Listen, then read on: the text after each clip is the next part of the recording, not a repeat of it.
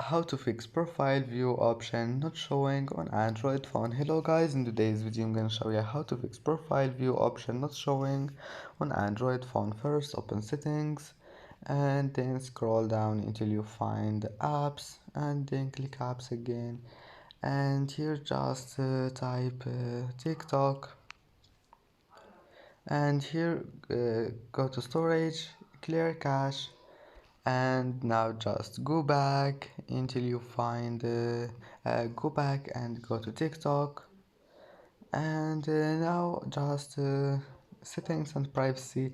Now just log out and log in again and your problem will be fixed. And that's it for today's video. Don't forget like and don't forget subscribe, and thank you for watching this video until the end, and see you in the next video.